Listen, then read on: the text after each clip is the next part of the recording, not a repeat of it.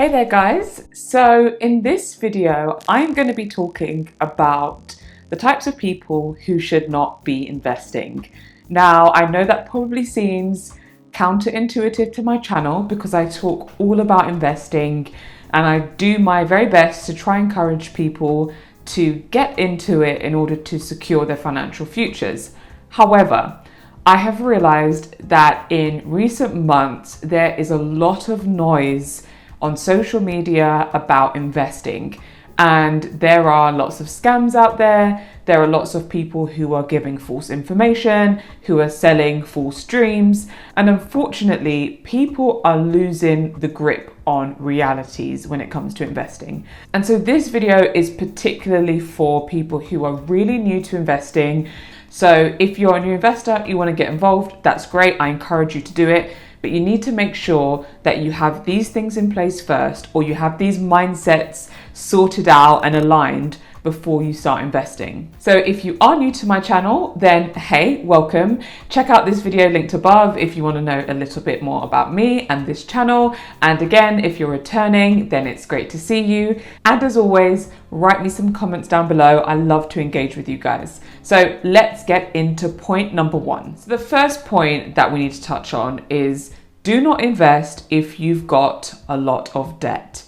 Now, I say a lot because there's the argument that if your debt is kind of under control and low interest and you are actively working towards paying it off and you can kind of see that end goal in sight, then it may be appropriate for you to start considering investing. However, if you've got lots of debt and you're paying interest on your debt and things aren't in control per se, then you probably aren't in the place that you should focus on investing. And that's for a few reasons. So debt nowadays, I don't know, could be around 13, 14%, if not higher, on a credit card, for instance. If you're paying that level of interest on your debt, then in order for investing to be worth it, you would need to see returns higher than 13 to 14%. And realistically, you don't want to kind of put that pressure on your investments. So that is why it's really important first to pay off debt that you have interest,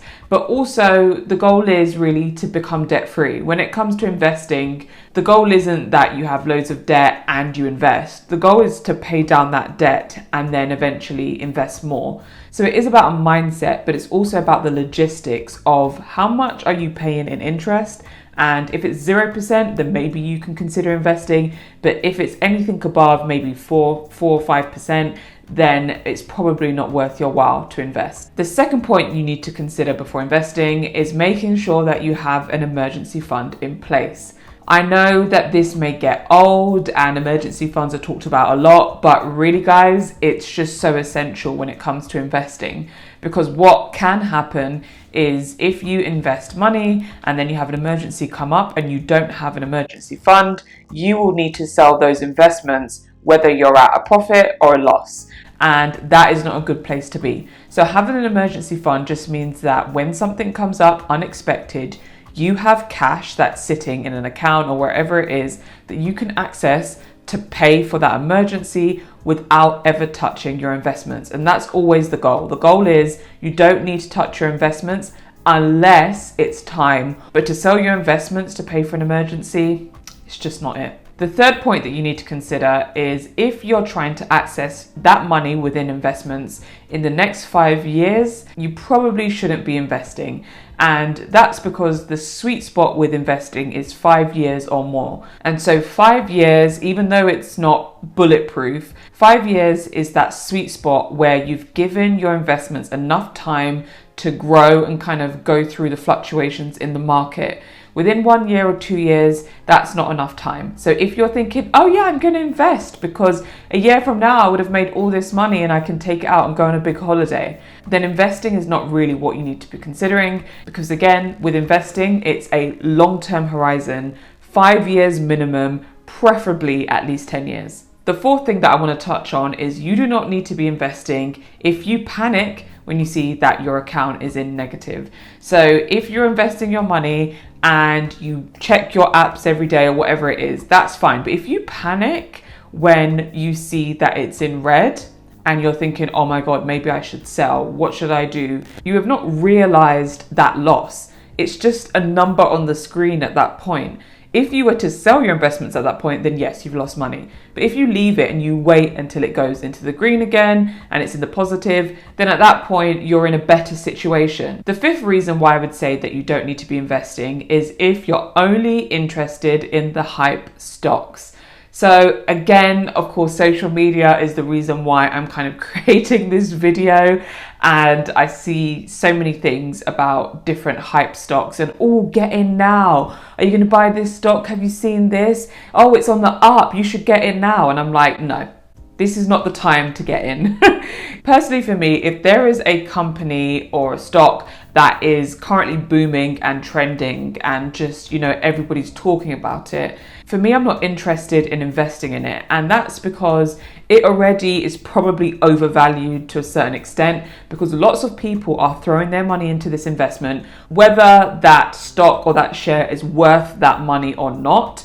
People are just throwing in their money because there's lots of noise around that stock. So if you are someone who only wants to invest in those hype stocks, if you're only using social media to figure out what you need to invest in and you're not actually doing your own research, then again, you're probably not in the place yet where you need to be investing. And I'm not saying this to diminish or belittle or, make anyone feel small. I'm saying this because the reality is people will get burnt, and when people get burnt, they will turn their backs on investing. And that is the thing that I really hope doesn't happen to people, because you're really missing out on a fundamental part of building your wealth because you jumped into something before you really understood what it was all about. So until you really actually understand what investing is about, again, you don't really need to be getting involved, because you're going to get burned, or you may get burned, and then you're going to be put off. So I just wanted to make that clear real quick. I'm speaking about these situations and these concepts because I really deeply want people to invest for the right reasons, for the long term, and get the best benefits that they can get out of it as possible. The next reason why you don't need to invest is if you do not understand the difference between trading and investing. So they aren't the same thing, shock. And, a lot of times, actually, I've spoken to people, I can think of conversations that I've had, and they've said to me, yeah, I'm an investor. And I'm like, oh, that's great. And when I go into the conversation with them more, I realize that they're actually a trader. They're not an investor. But in their minds, it's exactly the same thing. And it's not, because the strategy behind investing and the strategy behind trading are two different things. This video is not really to explain it, but just quickly, essentially, trading is a short-term gain situation. You're looking to buy something and sell it within maybe a day, sometimes a couple of hours, within a couple of days or a week. So essentially, you're buying something and speculating that within a short amount of time, that stock will go in the direction that you want it to, and therefore you can make a profit. Whereas investing is a buy and holding situation. You're hoping that within 5 or 10 years, the company's value will increase because you see that they have potential or whatever it is.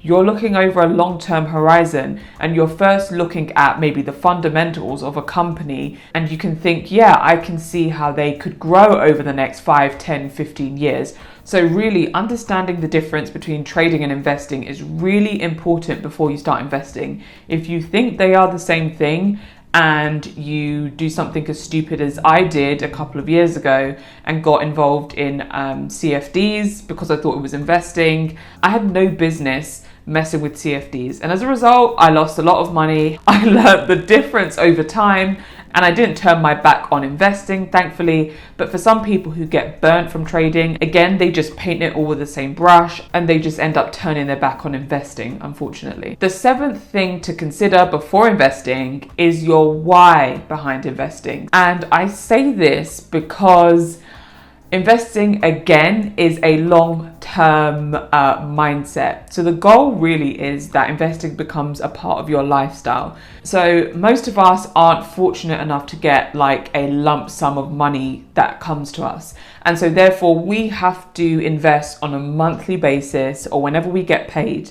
So for me, for instance, every month I invest a certain amount of money into my Vanguard account, and I may put a bit of money into Trading 212 or whatever else, but every single month, without fail, there is some money that's going towards investing. And that's because I've now made it a part of my lifestyle. And I've made it a part of my lifestyle because I have a why behind investing. There's a bigger picture behind me putting money aside away each and every month. And so you need to have your why. Your why could be 10 years from now, you want to buy your dream house, or maybe your why is so that you can save for your kids' future and you want them to have money when they get older. Or your why could be because you want financial independence, like myself, and you want to be able to have freedom over your time. Whatever your why is, you need to have one, because that why will keep you driven through your investment journey.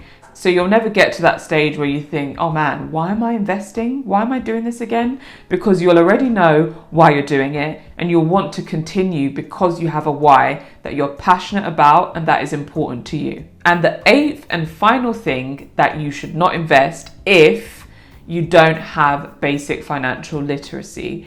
So the reason why I say this is because really when it comes to investing, you need some basic knowledge before you just throw your money into something. Even if you're giving your money to a financial advisor and they are taking care of it for you, you should have some understanding of what is going on with your money. Even if they're making the investment decisions, you need to know a few things for yourself, because at the end of the day, there's no one who will look after your stuff and protect your things more than yourself. So it's really important that you have basic financial literacy, that you understand the concepts behind investing. It's also important to know the different types of asset classes, so you know what options you have. Like, what can you invest in? You can invest in stocks and shares, you can invest in commodities, you could invest in property. Whatever it is, it's just important to know that you have options and what those options are for your investing journey. And the reality behind financial literacy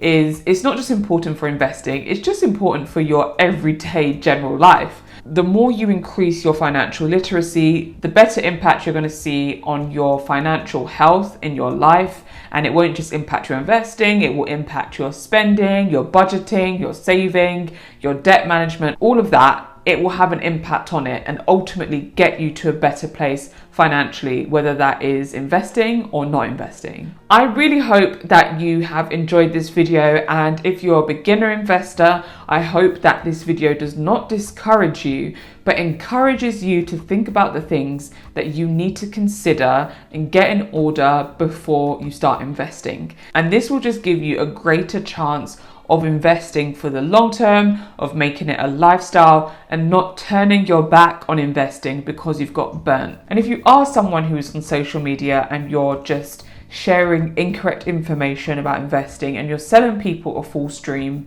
please stop it. Money is a really important tool in people's lives, and investing could be such a great way to help people get to a better financial place in their future. So it's really important that we don't provide wrong information, that we don't tell people lies and sell them false dreams. It's really important that when it comes to investing, we stick to the basics and we don't try to complicate or over glamorize what the realities are behind investing. So with all that being said, I've really enjoyed making this video. I hope you've enjoyed watching it, and I look forward to seeing you in the next video real soon.